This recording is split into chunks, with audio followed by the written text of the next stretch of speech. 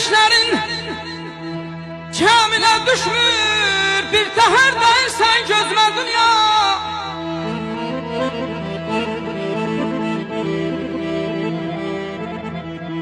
Mənə de sirrinin sirdaşı olum, gel seni eyledim özüme dünya.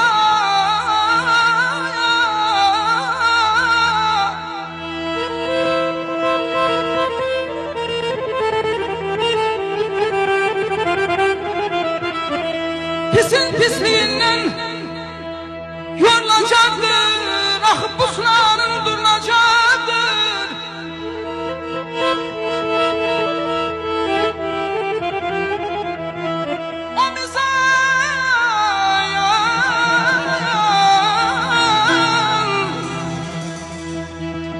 O mizan terazi kurulacaktır. Biraz sabrın olsun bezime dünya.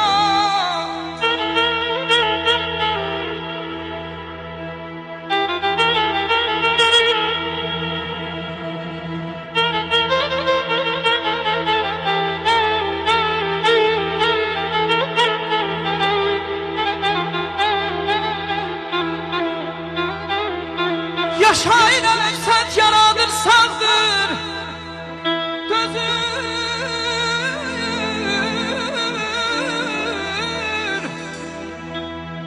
dözür hər sınağa, dağdır ki dağdır.